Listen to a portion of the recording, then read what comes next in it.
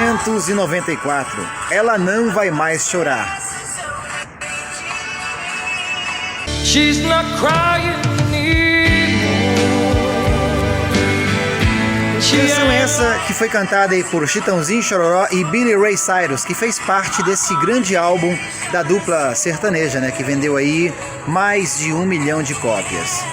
Esse álbum foi acompanhado de grandes canções também, como a canção Quando Abraço a Solidão, de Joel Marques e Vicente Castilho, a canção Até Que Te Conheci, a versão de Rasta Que Te Conheci, de Juan Gabriel, versionada aí pelo próprio Chororó.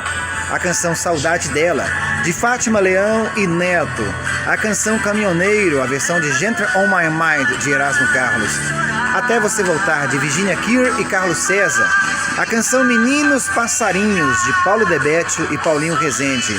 A canção Colheita de Milho, que tem o nome de Chiquinho também, feita aí por Hamilton Carneiro e Andrade. A releitura de Perdões, de Biafra. Sorriso Mudo, de Baltazar da Silva. Eu Tenho Uma Amiga, a canção Separação. A canção Começou Tudo de Novo, de Martinha. A canção Pertinho do Céu, que é a versão de El Cima del Cielo, de Pablo Manevero e Ricardo Montaner, versão de Joel Marques e Chororó. E Ela Não Vai Mais Chorar, a canção que fez grande sucesso, até porque teve também a participação internacional de Billy Ray Cyrus. E você, o que fazia nesse ano aí de 94?